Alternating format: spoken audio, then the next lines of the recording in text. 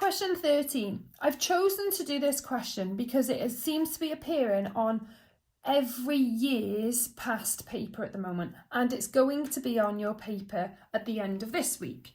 So I wanted to go through it again with you just to make sure that you understand how to do these. Now, when you look at this, people will try and see if there's something they can cancel out from the top to the bottom, but there isn't. You can't cancel x out because there is no x term in the bottom, in the denominator, okay? So you've got to get into your head that in the second half of your paper, if you see this word simplify and it's an algebraic fraction, which is just a single fraction, you are going to need to factorise. Okay, so we're going to factorise each part. Okay, so we're going to first of all factorise 6x squared take away 9x. So what we're looking for is the highest common factor of 6x squared and 9x. Well, the highest common factor of 6 and 9 is 3. The highest common factor of x squared and x is x. Okay, so that's what goes on the outside. Let's have a look now. What would I multiply 3 by to get 6? 2. What would I multiply x by to get x squared? X. What do I multiply 3 by to get negative 9? Negative 3. X to get x, 1.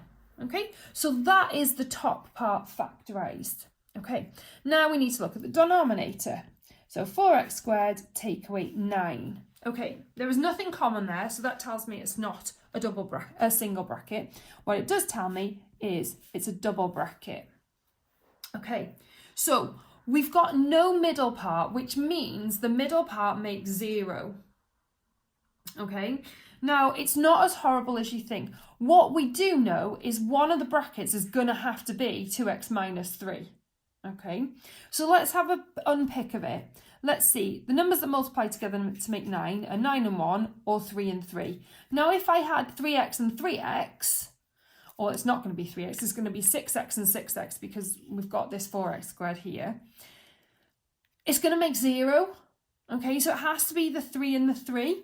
So one bracket is 2x minus 3 and the other bracket is 2x plus 3. So they become their opposites. Because what it does is then, if I expand it, I'll do it in a different colour.